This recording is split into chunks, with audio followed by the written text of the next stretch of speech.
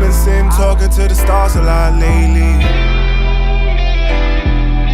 Mom always told me not to use the word maybe. Peace, welcome to another Active in Your Dreams podcast. I'm your host, Trevor Jackson. Today we're at the 3-story restaurant right in the heart of Chinatown, Juku, located on 32 Mulberry Street, New York, New York. Today we have the legendary, innovator, businessman, musician, Fugees, Pras with us. Pras, welcome to Active in Your Dreams podcast. What's up, man? Thanks for having me. Let's get straight to it. Yeah. Blacture. Yes, sir. That's the dream you're active in right now. Right. How do you plan on moving culture forward with Blacture and creating the next Black Renaissance? I'm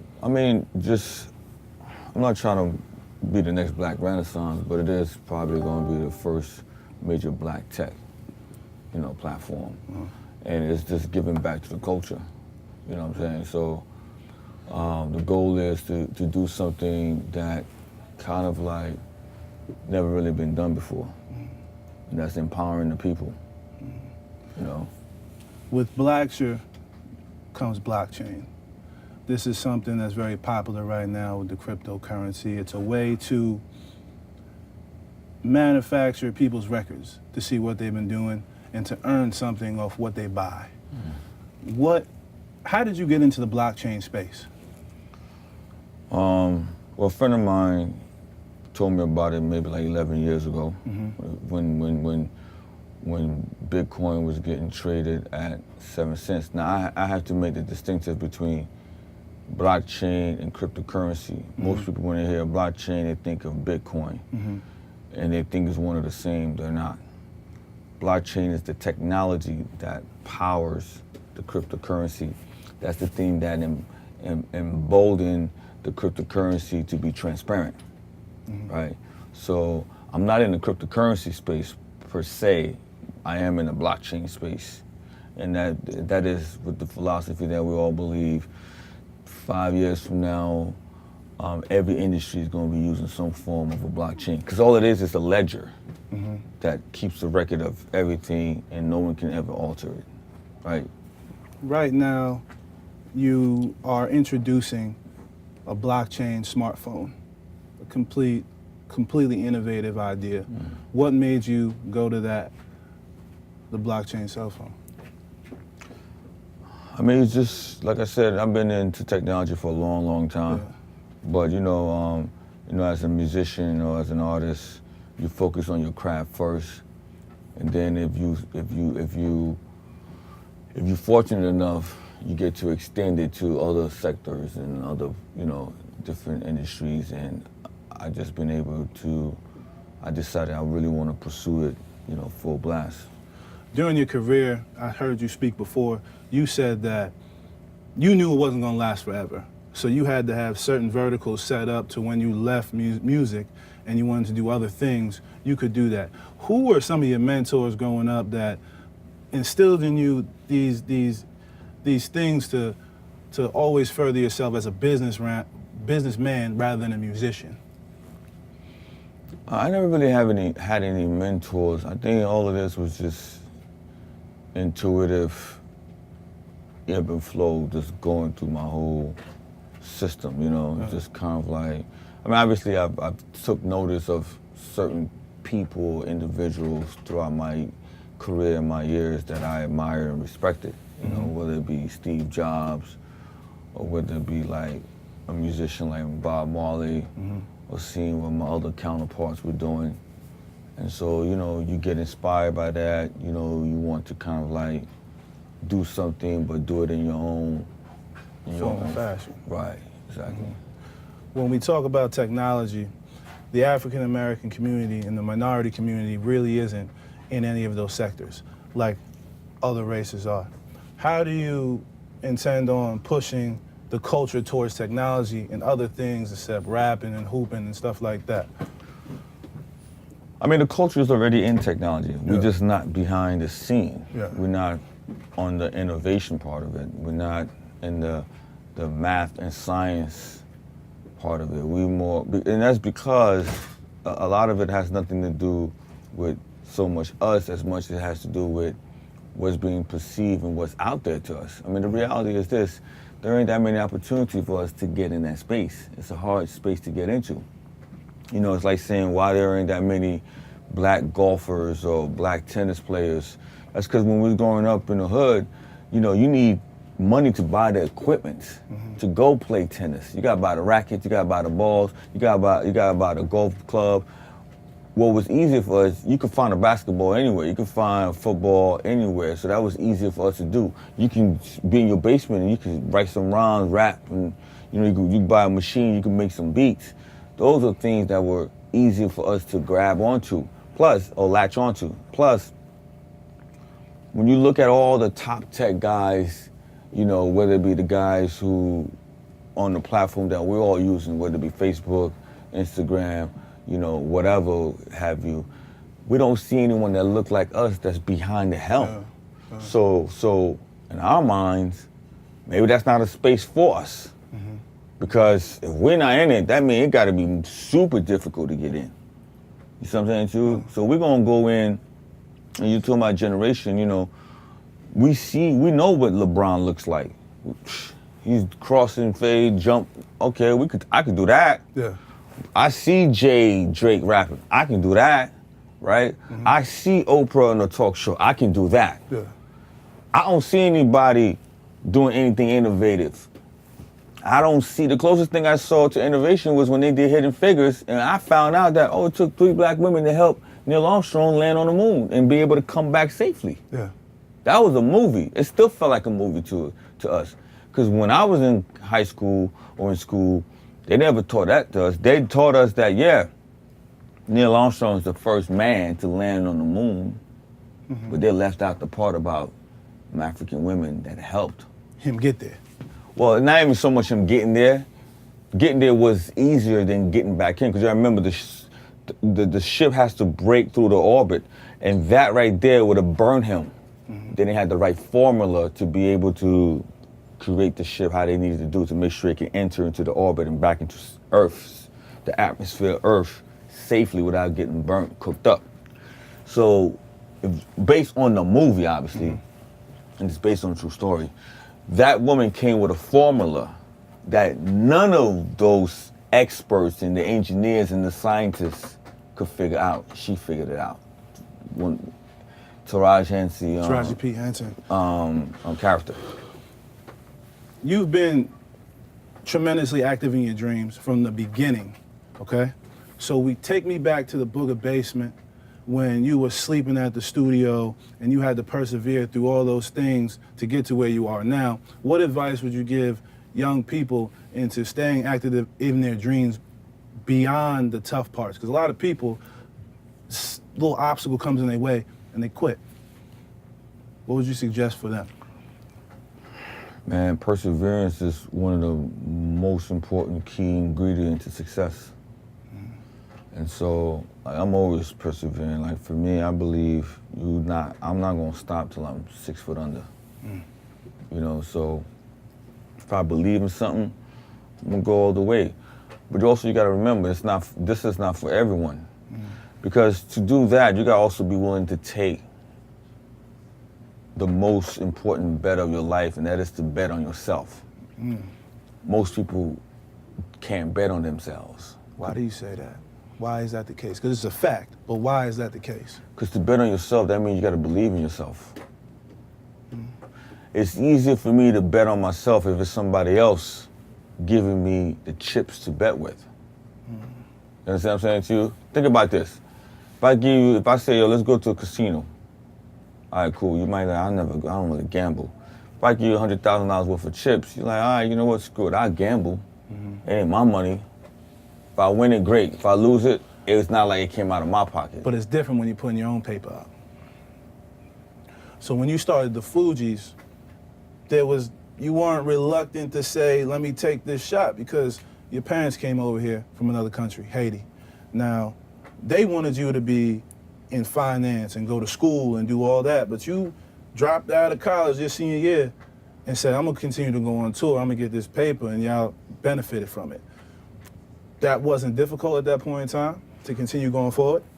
Of course it is, but that goes back to what I'm saying, betting on yourself. Betting on yourself doesn't mean you gotta always put money out. Betting on yourself is like you willing to make a sacrifice. Think of it like this. If we all had a crystal ball, then we all would know what to do. 100%. Right? Betting on yourself, the most incredible thing is when you believe somewhere around the corner what your goal is, you're going to attain it, but not knowing for sure. You just believe. That's the beauty of it. You're not supposed to know. You just gotta feel like, and you gotta manifest it to happen. Right? You like, I'm gonna make it happen, and the universe gonna conspire for me at the same time. Because the universe believes in what you're doing, and you putting it out there. If the universe don't believe in what you're doing, and you don't put it out there with full conviction, that's why a lot of people don't succeed. Because if you keep trying and trying and trying and trying, at some point, Gonna get it. it's gonna be a breakthrough. Think about this. Thomas Edison, it took him 10,000 times trying to figure out how to get this light bulb to lit up. Now granted, come to find out, some black dude in the background gave your man that little push. That little, yeah, you know what I'm saying? Right. That was the biggest equation of the whole, coincidentally. That they don't like to tell. Right. His story, not our story. But come on, go ahead. But go ahead. point is though, think about this. How many people tried 10 times and quit? 5 times, 3 times and quit? This dude, 10,000. I would like to know, at what point did he say, was it at 1,000? Was it at 8,000? Was it at 9,998? Did he say, man, this ain't gonna work? Your man kept going 10,000 times. And finally, boom. Popped. My favorite story about you, one of my favorite stories about you, which is a testament to you being a great businessman and innovator, is y'all had a chance to sign with Jimmy Iovine for a bigger advance, but you didn't. And from my understanding, you were making most of the business decisions back then for the Fugees. You decided to take a $12,000 advance and only spend about 130 racks on the score instead of taking the big bread but not seeing that back end bread. What spoke to you and told you that I need to have patience here and I need to see my money on the back end rather than the front end? I mean, once again, man, it's that whole cliche, all that glitter isn't gold. Now, mind you, I have such revere for Jimmy Iovine. I think he's an incredible modern day executive. And I worked with him, obviously. I did get a superstar with him, and it was a great success. But I think we were, and if I went back in time, I would probably do the same thing, knowing what I know about Jimmy. Knowing how incredible I think he is. But I think that we were ahead of our time for him. Because if you look at Jimmy, he love that gangster shit. He do. Yo, he loves it, man. He need helicopters to be flying over his mansion, rifles coming out, machine guns. He thrive on that. He thrive on that. So us coming in on that goody good two shoe, that wasn't gonna work for him at that time. And obviously Black Eyed Peas came and worked for him, but that was like, okay, cool. Because he always loved us and always, because our manager used to manage him. You know what I'm saying too? But yeah, I mean, it was just, once again, you have to lean on your intuitive, your gut, that sixth sense that's not quite defined like your other 5 senses. You gotta be able to develop that sense. Now, the first album y'all put out was good, but it didn't hit like the second. So y'all had to find y'all pocket and had to create a whole new sound. But with that new sound, much like nowadays with the OGs and the YGs, there's a bit of a rift. There's a disconnect between cultures. A funny story that I heard you tell was KRS-One, the legend KRS-One, basically said, this ain't it. This ain't hip hop. Speak to that, how it correlates into today, because a lot of OGs hear the YGs and they're like, this ain't it. But it's only an adaptation on the culture that y'all created. I mean, I don't have no problem with what's going on right now. Listen, I mean, there's good and bad of this culture, just like there was good and bad in our culture, and the culture before, and the culture before that, right? Because you're talking about 4 decades now of hip hop existence, right? So, you know, with this new generation, the trap and all that, yo, it's what it is. It's evolution, you know. I think that why a lot of previous generation didn't respond to the next generation, because it was hard for them to let go. The OGs, it was hard for them to let go and see a new generation do it. Now, you gotta remember something. When we came out, we were so commercially successful that we were doing it, all the accolades that came along with it, the previous generation didn't have. So that's where I think some of the bitterness came in, right? Just as if you see what's going on in this generation, all the accolades that they're getting now is more than my generation. So you got people from my generation that are a little bit kind of like angry. Now, they could talk about artistically the vibe and how the quality is not what it was, what they believe the 90s were or whatever. That's debatable. But I think deep inside is more come from a financial. I don't care because, you know, I got more paper than the hottest dudes out there right now, so it doesn't really matter to me. You know what I'm saying to you? Talk about it. So, but at the same time, I always feel like there's always evolution. And you got to continue it because it's an art form that was created by us, for us, and the world has responded to it. So, of course, you want it to grow. I'm all for it. You know what I'm saying to you? Blacture, obviously, it's a playoff culture. Do you say to yourself, do you look around the space of culture and say that people are abusing the word a little bit? You represent culture. You said, I listened to one of your interviews, you said you were getting your ass beat and you heard sucker MCs for the first time and it changed your life. Do you feel like some people abuse the sanctity of the culture that you love? Of course. I mean, that goes without saying. I mean, and I'm not even talking about them.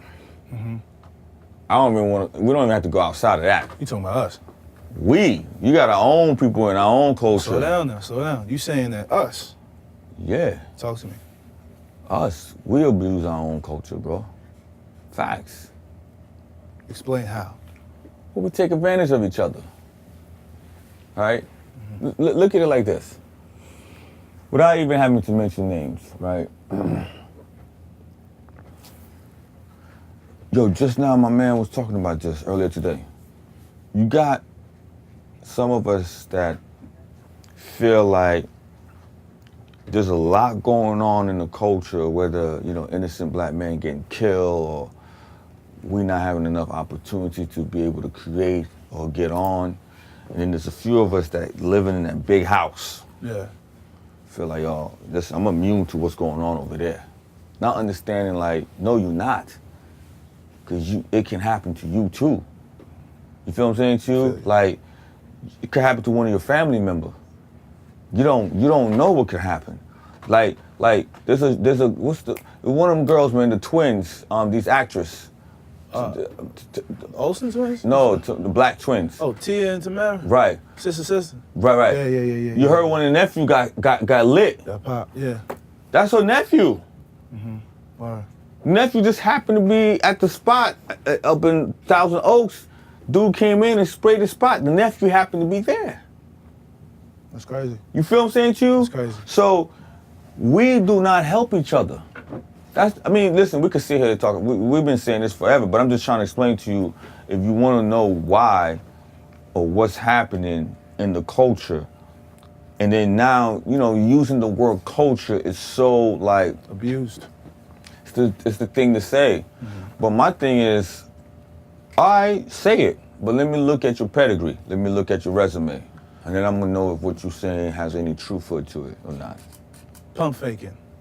A lot of people are doing that. You got a banger, I think it's the last song or second to last song on Wave Culture EP. Niggas out here pump faking. Say they getting money, but they pump faking. Yeah.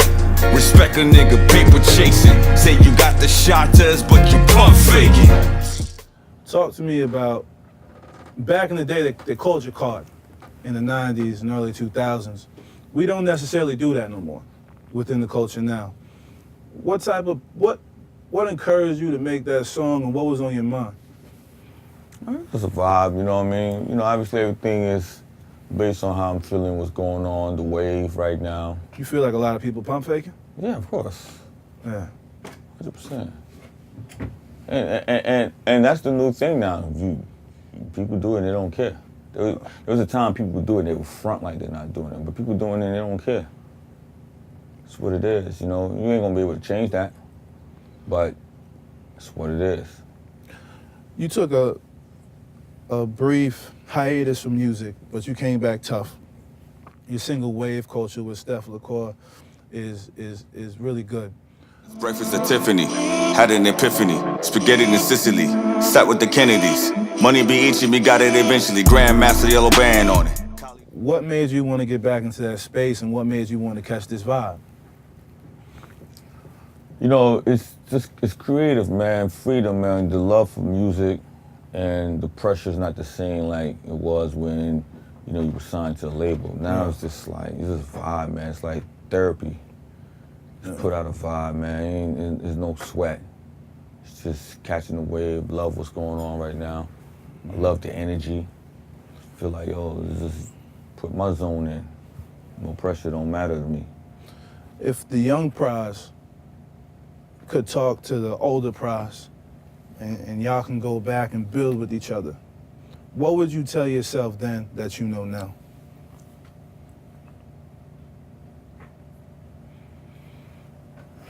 Man, I ain't gonna front, man. No cap. I mean, you're always growing, obviously, but I'm not one of those people who. You see a lot of people, man, whether it be artists, athletes, whatever, that made a lot of mistakes and then they became mature. Yeah. I'm not one of those people. I was always on that. I was always woke. Yeah. I was always conscious. From the beginning. From day one. You feel what I'm saying to you? The only conversation I would have with the young Pras would be like, yo, if you're gonna do this, do it like this. Or watch out for this. You know, just little mistakes you make along the way that we all would make. You know, people you trust, people you vibe with that maybe you shouldn't. But as far as like when you're talking about the consciousness, nah, bro, I was always there. Because for me to be where I'm at right now, I had to be there. Because you gotta remember something. It's very hard to get to a certain plateau, and if you fall off the steep to get back on that plateau. Because I like to tell people like the Tom Brady scenario, right? Yeah. Because I'm a Patriots fan, right? Why? You're from New Jersey. Man, It's a long story, born but and raised. I mean, come on now. I know. What you doing? I know. Gotta be a Giants fan. Bro. Nah. I mean, what's this, Mulberry Street? Yeah. This is exactly the first time I met him when he was a rookie. In 2000. Tom Tom? Brady. Yeah. Long story, but yeah, this is. You can tell the story. You tell the story. It's a long story, but anyway, but what the thing that I love about him is this. Here's a guy who was not number 1, number 2, 3 draft pick. He was the last person to be picked in the draft, 199, right? And he had to wait to get picked, to get the call. Goes back to what I was saying to you in the very beginning. No one counted him in. For example, when he first got to the training camp, because everybody on the squad and on the team knew he got picked at 199. It's not like they didn't know. They pretty much know. He's the backup quarterback, 3rd string, right? So everyone in that field, from back office to the field to the coaching staff, knows that, probably have 30 seconds in this whole organization. He's gonna be finished, done. No value. No value, there's no way he gonna make it, nothing. That dude went in and betted on himself. He went in and corrected himself and practiced harder than everyone and waited for his shot. And you know what he said? My man, who was the franchise quarterback at that time. Drew Bledsoe. Yeah, so you better not slip. Because if you slip, I'm gunning for you. That's what he said. And what happened? Man slipped. He's not coming. When Drew comes back, Belichick like, relax. And he took them to their first Super Bowl. Rest is history. Rest is history. So the point I'm saying to you is, the average person mentally would have given up because they already know how everybody's thinking about their status. You understand what I'm saying to you? Yeah. Sometimes not even you, it's the pressure from the elements. So what do you say to those people that give up too quick? That aren't like you and aren't like Tom Once Brady? again, you got to bet on yourself. It has to go deeper than that. You got to believe in yourself. That's something that you got to fight, bro. You got to fight. You can't, just telling someone is more to it than just that. You got to discover that inside of you, bro. And not everybody have it inside of them. Facts. All right. But if you need a little words of encouragement, persevere. You know what I mean? It's that classic saying, the light at the, you know, it's like you walk in that tunnel, right? You walking, man, tunnel dark. Damn, there's no light. You keep walking. Like, damn, where is light? You just keep walking, right? You're already halfway there, but you don't know you're halfway there, right? You looking back like, damn, should I just turn back? And you see a spark, you're like, oh man, this looks like a light. You running. And there's this dude sitting at the tunnel trying to light a cigarette. He's like, damn, I thought it was a light. Like, I ain't never gonna see this light, you know what I'm saying? I feel you. You just keep going, but you gotta keep going, and at the last minute, bro. Boom. So what was that moment for you? Where you just running and you was like, I can't do this. I can't do this no more. What was that moment when you just about to give up and then all of a sudden? I don't have that. I don't have those moments. Because in my mind, by the law of the universe, there was a dude that was in this prison cell. He's like, I'm gonna break out of here. And he decided the only way he's gonna break out, every night when he gets back in his cell and he's locked in, everybody go away, he had this penny he would always dig through the brick. Took him 40 years. He finally broke out, man. 40 years. True story. 40 years. Man, I know some people, 4 hours, man, I can't do this. Can't do it no more. It took 40 years, but he broke out. Man, head off to the Caribbean because he was serving life. All right, cool. So he had a couple extra 20 years chilling in the Caribbean, feet in the sand. So I'm saying, you just gotta know there's going to be that breakthrough. Now, there's a caveat to this. Talk to me. Can't be chasing a fool's goal. How you know when you're chasing fool's gold? Well, see, you gotta be realistic with yourself too. Something called self-awareness. You can't say, I wanna be the next Rihanna, and you sound like Fred Sanford. Respect. I feel you, brother. So I'm saying, I feel you, brother. you can't say, you know what I'm saying? You can't sound like a cat in the alley talking about I'm gonna be the next Rihanna. You gotta be real with yourself. People would say, where have you gone? You haven't had a hit in a while, but you shining. You're a phenomenal businessman. What were some of the things that you did from then up until now where your pockets always stayed right? How did you invest? What are some avenues that young people, young musicians, young athletes, young innovators like you were should be looking forward to putting their money into, and how should they be thinking? I mean, first you gotta be able to save your money. You know, that's one way to make sure you don't go broke. And it depends how big your appetite is for a certain lifestyle. Okay. You want to be flying privately, chilling on the yacht, living, certain zip codes. Then you got to do other things and it goes back to betting on yourself, because you got to remember something. You can put your money safely, store somewhere in stocks and bonds. You're gonna get, some low return, but you're gonna get a little bit of earnings, and it's safe. But then if you want to, get more, you got to invest in certain things that you have to believe are going to be winners. Comes back to, listen, no one has a 1,000 batting average, right? Yeah. But if you can maintain above average, do certain things, man, invest in certain projects, But what I like to tell people is, don't go outside of your element. Stay true to who you are. If you know that's not what you do, then what I like to tell artists is, look, if you have $1, you'd be surprised what 25, 30 cents of that dollar would do if you just put it away and act like you spent it and come back years later. Because nothing is finite, right? No matter how fish grease hot you are at that moment, you're going to cool off. Those are facts. Yeah. And it's very hard for you to transcend into other. The next wave. The next wave. You're not going to, the next wave, whatever that wave is, right? Like the wave for Dre, the wave for Puff or whatever. Those are things that are virtually impossible to attain, right? So you have to act as though you're not going to get that wave. Now, you may get that wave, but if you look at statistics, rare.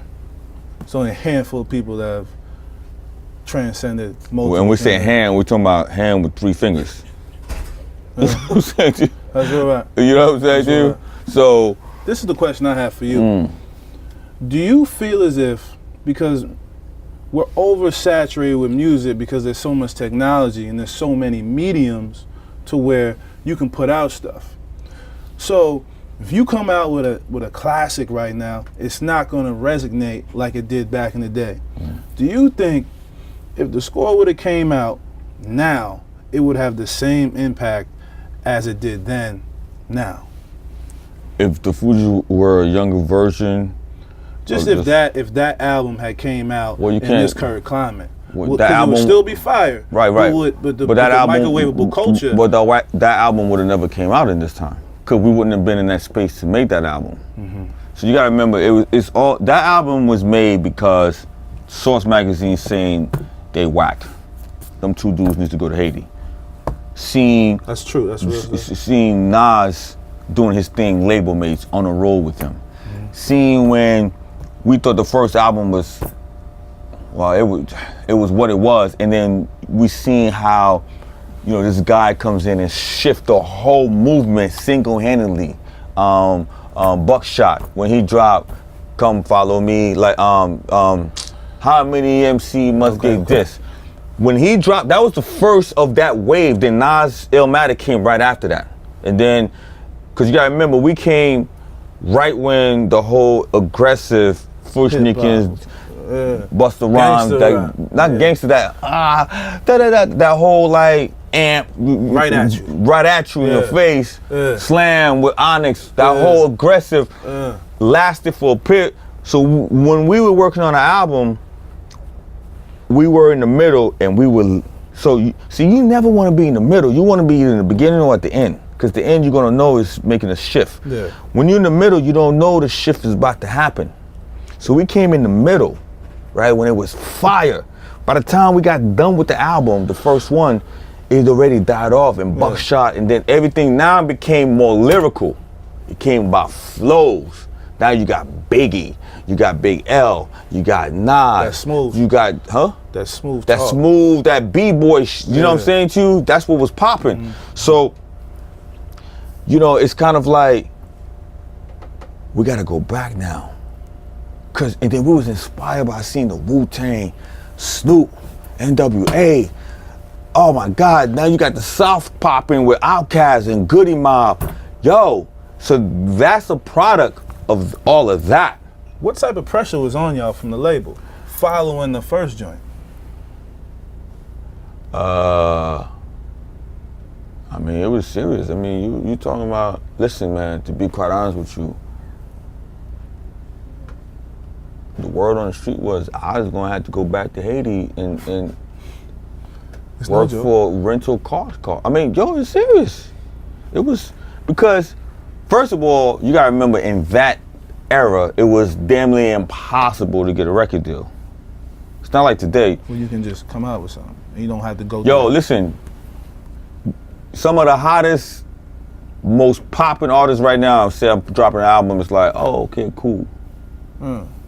Because it's not special anymore. That's what I mean from when I asked you the question about if the album would come out, even if this technology was back then. But now if you got a machine, yeah, you can probably, and if you got something that can catch, now you dependent on something catching, versus where back then it was the whole body. It was the whole body, man. So y'all not looking for a single back then. Y'all looking for a whole. Oh no, 17, when we did the score, fire. It was like, we're gonna do something. We're gonna put this project together because we wanted to get the respect from our peers. You know, it meant something to me when Biggie told me, yo, my favorite record is Ready or Not. And his favorite record was Ready or Not. He had 3 favorite records. Like, that meant something to me. I didn't meet Dre back then, but when I ran into Dre years later, him telling me, yo, my favorite album score from last is Fugees. Like, that's what we wanted. We wanted our peers that we respected and loved to be like. You know what's special about y'all? You hear a song come out 3 months ago, and you hear it now, and you like, it's corny.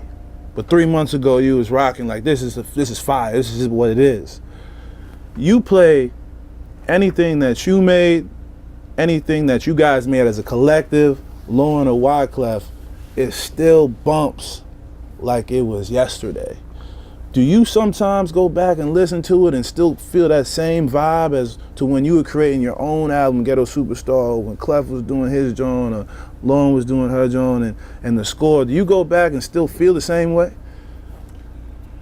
I don't really go back and listen to it, but I know what you're saying because I know other records that I've listened to from that era. Go back and listen to. Like one, give me one. Like Wu-Tang, Cream, Cash Rules Everything Around Me, Cream and money, Dollar Bill, I mean, or Pac. I was watching this documentary and Snoop was in it, and they played some of the Chronic. Man, cause I know where I was at when I first heard the Chronic. My man worked for the label Priority. He gave me advanced cassette at that time. I know the audience might be like, what the hell is a cassette? Cassette is like this little, Google it. Anyway, so I remember me and my man, we was in college, we was driving we went from Connecticut to DC. There was a party at Howard or something. Put in the cassette, man. And so the other day I was watching this documentary and nothing but a G thing, baby. Like, just hit you. Oh my God. I mean, it was just like, you know, it's a feeling that you felt part of a society, you felt part of a club back then. I guess because the music wasn't, the industry wasn't. It wasn't so much. It wasn't so much. It wasn't so much. Right. And the nonsense was kept out of that circle, and they would tell you. Cause I had an argument with somebody who was like, "Yo, man, they had garbage back then too." I said, "You 100%." They did. 100% we had garbage, but it was good garbage though. No, you can't do that. No, when I say good garbage, this is what I mean. Good garbage. This is what I mean. Let me clarify. Okay. Because garbage is garbage. Yeah. But it was, this much was the quality. Yeah. And this much was the garbage. Now it's flipped. what I'm saying to you? Yeah. You know what I'm saying? There's it's more so much garbage. hard to decipher through It's that bull. Right. It's more garbage Yeah. now than it is quality. And that's what I'm saying to you. Who are the artists that you listen to now that could have made it back then? What do you mean made it? Like in this era, the ones that you like that you say could have, because they were sharks in the 90s. Oh no, 90s was crazy. But I don't know if I want to do that, because that's like trying to compare basketball players of this era versus that other era. It's kind of like it's different, because there's things that a lot of artists couldn't do back then, and vice versa. Yeah. There's a lot of great artists that were back there, even if they had the lyrical skills, but I don't know if they would have been able to survive in this era, right? In this current era? Yeah. Why you say that? No, because you gotta remember, this era is not based on, it's kind of, example, if you look at basketball, the way 3 shooters, they driving, going down the lane, you couldn't do that in the 80s and the 90s. No. That's why Jordan was getting his ass kicked. Just assaulted by the Pistons. Pistons. By the Pistons, by the Celtics, you see what I'm saying to you? So, but the game has switched, right? It becomes more of a scoring league now, right? Same thing for football. You can't touch the quarterback.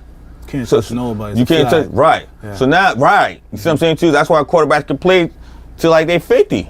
If the old man Tom. Right, if the line is protecting them, right. It's crazy. Now, let's go to the hip hop. Same thing for hip hop. There's certain artists that wouldn't be able to survive in this era. And there's certain artists that wouldn't be able to survive in the last era, in my opinion. You know what's crazy to me?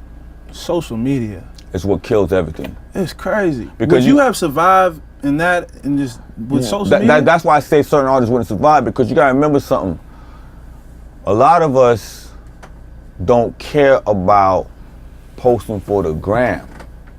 Yeah. Because you gotta remember, like, my man came to me like, yo, shout out to my man Dame Dash. He came to me and was like, yo, you need to stunt on the gram, right? Yeah. Because he know the toys that I'm playing with. Yeah. I'm like, yo, but that's corny to me. Like, it's cool, but that's not really, if I stunt. Use it for business. Yeah, exactly. But if I stunt, it's gonna be a bad thing, because you gotta remember, if I put out my Wraith, I own my Wraith with my name on it. If I come out with my Lambo truck, I own my Lambo truck with my name on it. If I drop my watch, I own my watch. It's 100, 600 grand, 800,000, 200,000. Like, it's for real. Don't make me put my watch away. No, I'm just saying. I'm just saying. Like, that's crazy. I don't want to. I told my, it's not about stunting. You got people out here who hot because they stunt, and they stunting falsely. Pump faking. Pump faking, right? Talk to him. You know what I mean? That's what. So, you think Raekwon would want to stunt on the gram? You think Dr. Dre want to stunt on the gram? Jay don't even have social media. Now, people are like, well, you talking about cats from back in those days. Yeah, you're right. But the point I'm saying to you is, they wouldn't be able to survive, because part of your survival in this era, you got to be able to stunt. See, I grew up with a lot of people that couldn't stunt. They can't show what's going on. They weren't supposed to. Because they were really doing what they were rapping about. Exactly. See what I'm saying to you? So like, is it uncomfortable for y'all era people to show everything? Because y'all come from an area where you didn't know it's not even, anybody else to know what was going on. It's not even about being uncomfortable. It's just more like I said to you, like, sometimes you want some things to be private. Yeah. And I don't want to sit here and keep talking about everything that I have. Sometimes I want to just kind of focus on the art itself, where the art is second. Everything else is about what's happening now. You know what I mean? So that's why I think, like, it would have been a different zone. So before we wrap up, you're big into health. You're a vegan. You don't drink. I'm not a vegan, I'm a vegetarian. Vegetarian. Yeah. You don't drink, right? What? Drink? Hell, never. Is it what does that stem from? Was there a moment in time where did you have a health scare? Did anything happen? No, man. I stopped eating pork when I was 7. I stopped eating red meat when I was 11. I was just one of those people, man. I was one of those people who was just always just conscious of what was going on, conscientious about my surrounding. Yeah. I see people. I learn from. I'm very observant, so I learn from people. I learn from people's mistakes. I'm like, wow. yo, he fucked up over here. I'm gonna make sure I don't go over there. Like, I'm not one of those people who think I have immortality on my side, right? Yo, if that happened to that person, Could happen to you. right. I'm a firm believer in that. You know what I mean? Last thing, what advice would you give youngins coming up in business? So we talk about the business within the music industry, and just what advice would you give them to staying true to their craft and making good music? Man, I don't think nobody want to hear from me. But the one advice I would say, save your money. I'm not saying don't stunt or don't go, enjoy the fruit of your labor, because you're supposed to. You know what I mean? You work hard, you get out of the hood, you popping right now, you getting all the bands. Yo, enjoy it, but I promise you guys, you're not gonna be the first one to get paper. You're not gonna be the last. You just wanna be able to say, when that time is dwindling down, that you can still, the worst thing ever you can never do is to touch on something and lose it. Now, if you never touch it, you can dream and think about it all day. But if you touch it, You said you was never going back to that. I'm not. So obviously you touched it and you kept it. Yeah, I'm not going back. That's the worst thing, man. That's the worst feeling on the planet. The worst feeling on the planet is to know you were doing it and you no longer have. Now, I'm not saying being number one. No one's gonna be number one forever. Facts. I don't care what you think you know. But that doesn't mean after it's all said and done, you can't live the lifestyle that you want to live. Comfortably. Right. The whole purpose of getting out the hood so you don't go back to the hood. And take it close ones out the hood with you. My man. Blacture, Yes, sir. wave culture, Yeah. the blockchain smartphone, the whole platform's coming.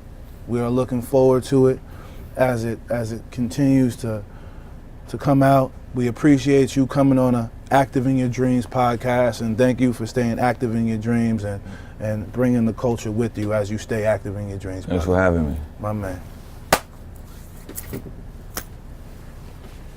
It's either for sure, yeah, we got it. Baby, there's no doubt about it.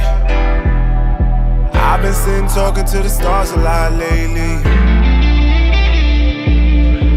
Tell her what you really want, show her how you really feel. Woke up in this dressing room like I'm the one who got a deal. Never putting on the front, trying to keep it really real. So everyone out fucking with me probably isn't really real. I'm the one to say a lot but never let my feelings spill. Everyone here got a dream, I'm woken up to make it real. Screaming at the universe, loud enough the Grammys here. I'm just gonna be the first, Obama on election year.